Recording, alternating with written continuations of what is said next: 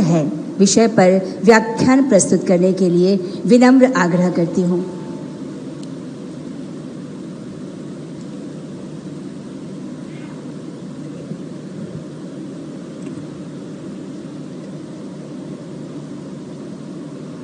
बिहार विधानसभा के शताब्दी वर्ष समारोह में प्रमुख रूप से उपस्थित राज्यपाल श्री फागू चौहान जी, मुख्यमंत्री श्री नीतीश कुमार जी, विधान परिषद के सभापति श्री अवधेश नारायण सिंह जी, विधानसभा के अध्यक्ष श्री विजय कुमार सिन्हा जी, उप मुख्यमंत्री श्री तारकिशोर प्रसाद जी, उप मुख्यमंत्री श्रीमती रेणु देवी जी, उपस्थित सभी विधायकगण व पूर्व विधायकगण, सांसदगण व पूर्व सांसदगण, बिहार से जुड़े प्रमुख जनसेवकगण, गणमान्य अतिथियों, देवी और सज्जनों,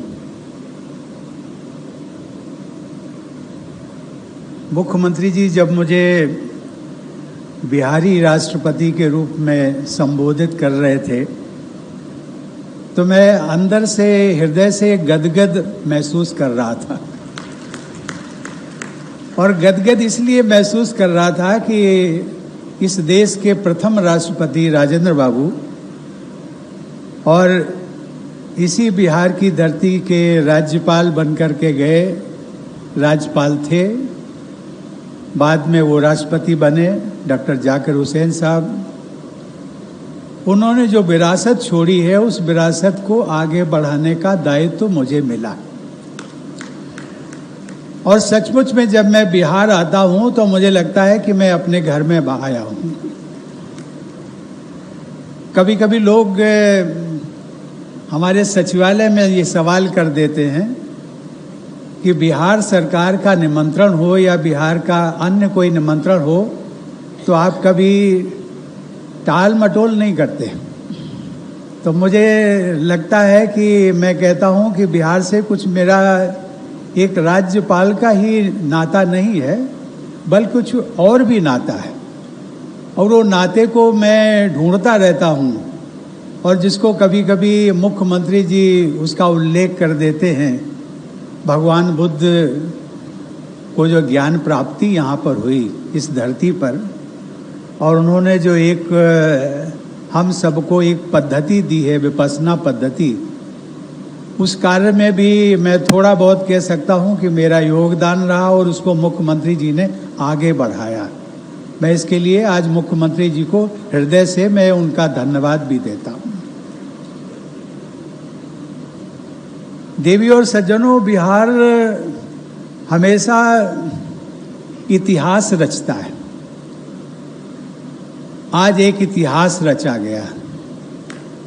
इतिहास 100 वर्ष की विधानसभा के कार्यकाल का आज हम उत्सव मना रहे हैं।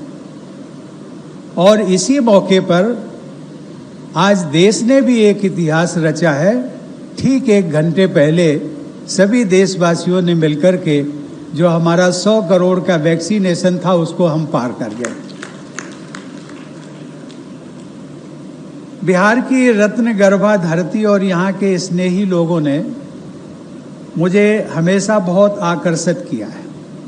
और इसीलिए जब भी मैं बिहार आता हूँ तो मुझे एक सुखद अनुभूति होती है। बिहार में राज्यपाल के कार्यकाल के दौरान मुझे समाज के सभी वर्गों और क्षेत्रों के लोगों का भरपूर प्यार, स्नेह और सम्मान मिला। और राष्ट्रपति के रूप में भी जब भी मेरा बिहार आना हुआ है तब भी मेरे प्रति वैसे ही प्रेम और सम्मान का एहसास मुझे होता है। इसके लिए मैं बिहार के सभी निवासियों, जनसेवकों, अधिकारियों और बिहार के मुख्यमंत्री श्री नीतीश कुमार जी के प्रति आभार व्यक्त करता हूं। देवी और सज्जनों, हम सभी देशवासियों ने हाल ही में दुर्गा पूजा और दशहरा का त्योहार मनाया। इस वर्ष हम सब संयोग से 75वें स्वतंत्रता दिवस का अमृत महोत्सव भी मना रहे हैं। बिहार विधानसभा के शताब्दी वर्ष का यह समारोह सचमुच में लोकतंत्र का उत्सव है। इस अवसर पर शताब्दी स्मृति स्तंभ का शिलान्यास करके मुझे अत्यंत प्रसन्नता हुई। इस कार्यक्रम में आप सबकी उत्साहपूर्ण उपस्थिति हमारे देश में विकसित स्वस्थ संसदीय परंपरा का एक अनूठा उदाहरण है। यह बार बार कहते हुए मुझे फक्र होता है कि बिहार की धरती विश्व के प्रथम लोकतंत्र की जननी रही है। भगवान बुद्ध ने विश्व के आरंभिक गणराज्यों को प्रज्ञा तथा करुणा की शिक्षा दी थी।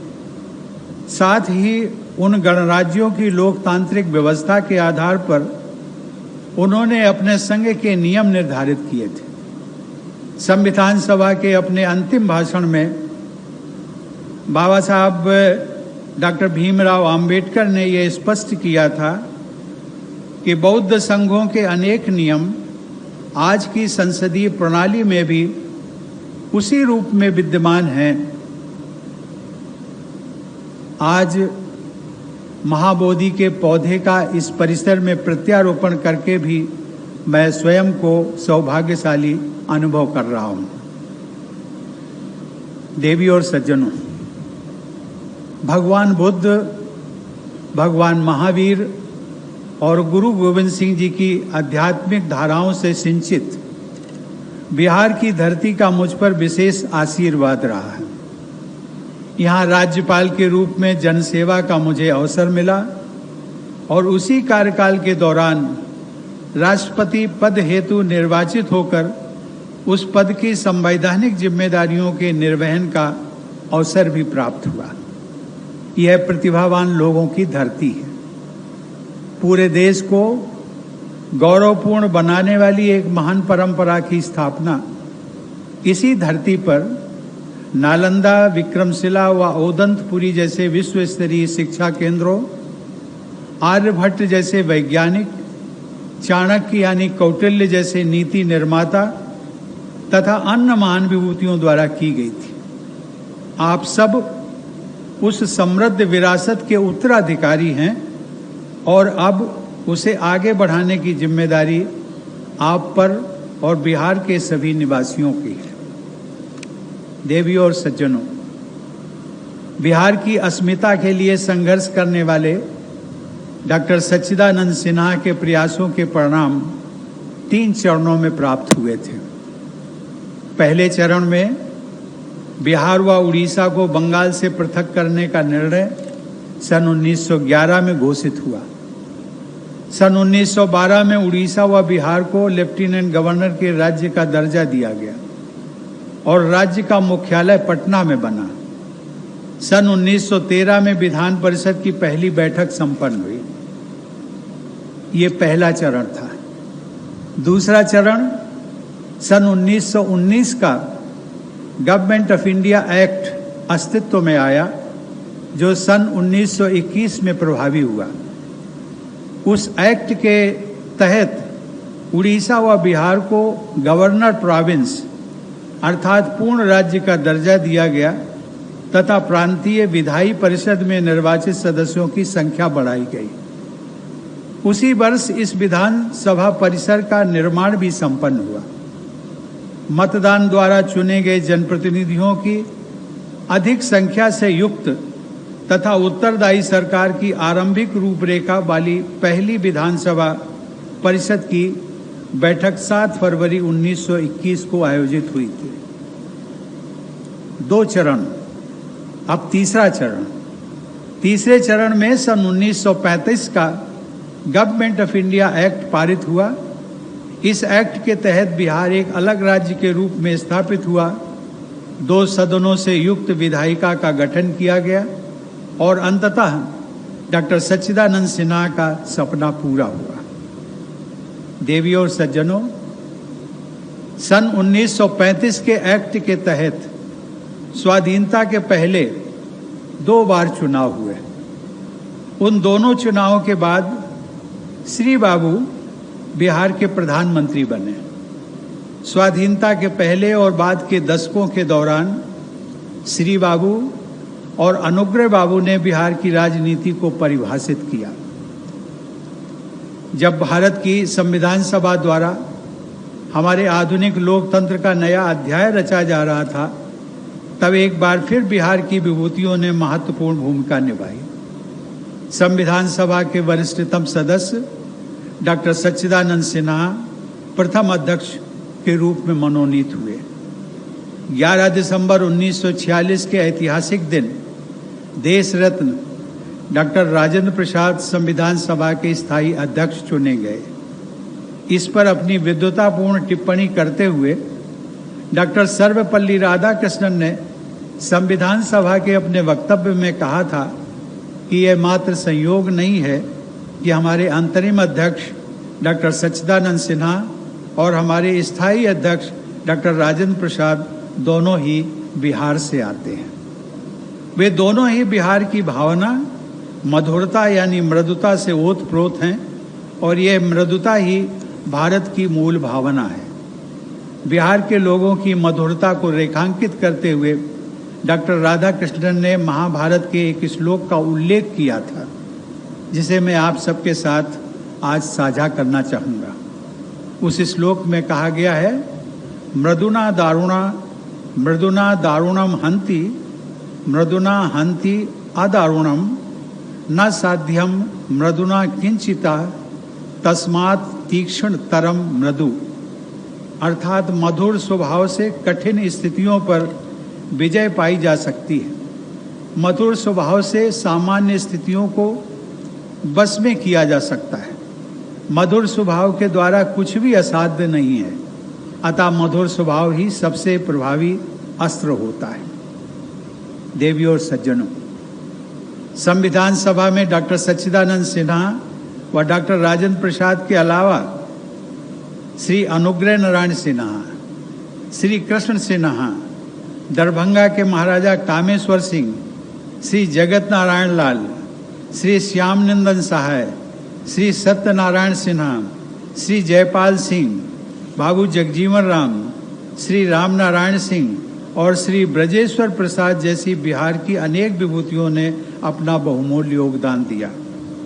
सामाजिक, आर्थिक न्याय, स्वतंत्रता, समता और सौहार्द की आधारशिला पर निर्मित हमारा लोकतंत्र प्राचीन बिहार के लोकतांत्रिक मूल्यों को आधुनिक कलेवर में समेटे हुए पुष्पित व पल्लवित हो रहा है। इसका श्रेय बिहार की जनता और आप सभी निर्वाचित जनप्रतिनिधियों को जाता है। इसी प्रकार बिहार की वर्तमान विधायिका के दोनों सदनों को सुचारू रूप से संचालित करने का श्रेय विधान परिषद के सभापति श्री अवधेश नारायण सिंह जी तथा विधानसभा के अध्यक्ष श्री विजय कुमार सिन्हा जी को भी जाता है। देवियों और सज्जनों, आज से लगभग 2400 वर्ष पूर्व एक गरीब महिला जिसका नाम मोरा था, उसके पुत्र चंद्रगुप्त मौर्य को मगध का सम्राट बनाने से लेकर 1970 के दशक में ईमानदारी और उज्जवल चरित्र के प्रतीक जननायक कर्पूरी ठाकुर को मुख्यमंत्री बनाने तक इस धरती ने समता मूलक परंपरा स्थापित की है। बिहार में सामाजिक और आर्थिक बदलाव के लिए प्रयास और योगदान हेतु राज्य के सभी पूर्ववर्ती मुख्यमंत्री भी प्रशंसा के पात्र हैं। हमारे स्वाधीन गणतंत्र की स्थापना के लगभग 25 वर्ष बाद जब भारत के लोकतांत्रिक मूल्यों पर कुठाराघात हुआ, तब बिहार के ही लोकनायक जयप्रकाश नारायण जी ने लोकतंत्र के हित में देशव्यापी संघर्ष को असाधारण नेतृत्व प्रदान किया था। राज्यपाल के रूप में बिहार मंडल के दोनों सदनों के समवेत अधिवेशन को मुझे 3 बार संबोधित करने का सुयोग प्राप्त हुआ था। बिहार में सुशासन तथा न्याय के साथ विकास की दिशा में जन कल्याण एवं समग्र विकास के कार्यक्रमों को आगे बढ़ाया गया है। यह तथ्य सराहनीय है कि विगत 4 वर्षों में बिहार के स्टेट जीडीपी में प्रभावशाली वृद्धि हुई है। देवियों और सज्जनों, बिहार में जन सेवा की समता मूलक परंपरा को आगे बढ़ाते हुए श्री नीतीश कुमार जी ने स्वाधीनता के बाद सबसे लंबे समय तक मुख्यमंत्री पद के निर्वहन का कीर्तिमान स्थापित किया है। उनका सहयोग मुझे बिहार के राज्यपाल के रूप में भी मिला और भारत के राष्ट्रपति के रूप में भी मिलता रहा है। देवी और सज्जनों, सन 1921 की विधानसभा के अपने संबोधन में गवर्नर लॉर्ड सिन्हा ने कहा था कि मादक पदार्थों अथवा मदिरा के उत्पादन तथा बिक्री पर रोक लगाने के लिए कोई सुनिश्चित नीति होनी चाहिए। हमारे संविधान में राज्य के नीति निर्देशक तत्वों के तहत लोक स्वास्थ्य को सुधारने का राज्य का कर्तव्य स्पष्ट रूप से उल्लिखित है। इस कर्तव्य में मादक पेय और स्वास्थ्य के लिए हानिकारक पदार्थों के सेवन का निषेध करना भी शामिल है। गांधी जी के सिद्धांतों पर आधारित इस संवैधानिक अनुच्छेद को बिहार विधानसभा द्वारा कानून का दर्जा देकर लोक स्वास्थ्य तथा समाज विशेषकर कमजोर वर्ग की महिलाओं के हित में एक बहुत कल्याणकारी अधिनियम बनाया गया। उस अधिनियम को कानून का दर्जा प्रदान करने का अवसर मुझे भी मिला था। देवी और सज्जनों, कुछ ही दिनों बाद हम सभी देशवासी दीपावली और छठ का त्यौहार मनाएंगे। छठ पूजा अब एक ग्लोबल फेस्टिवल बन चुका है।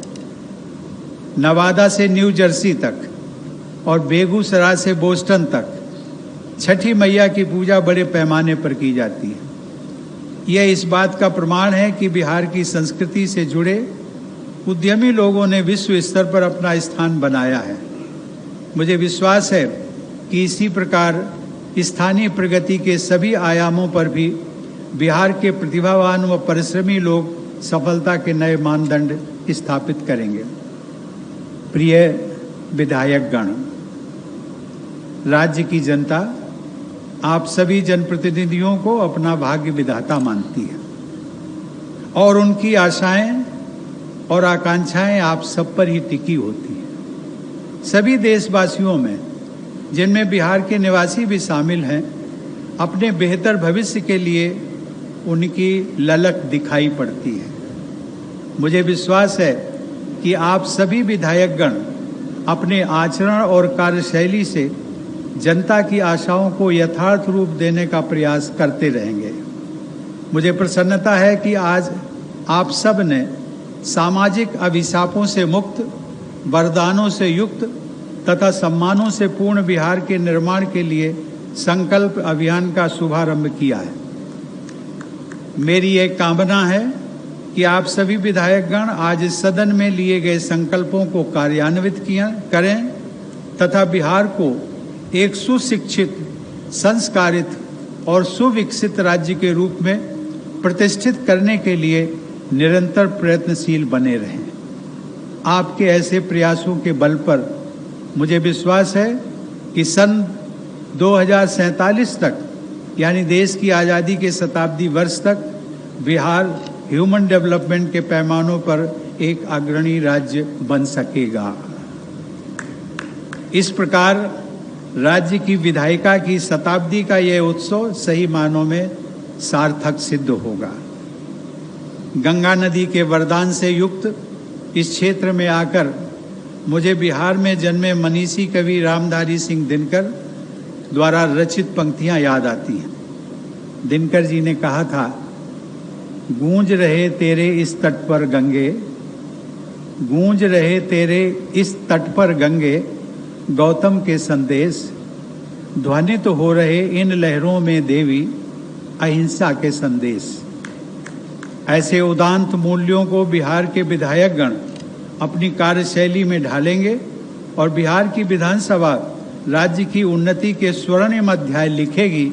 इसी भावना के साथ मैं आप सभी को आगामी त्योहारों के लिए अग्रिम बधाई देता हूं और ईश्वर से प्रार्थना करता हूं कि सभी बिहारवासी प्रगति के उच्च शिखर पर पहुंचे। धन्यवाद। जय हिंद।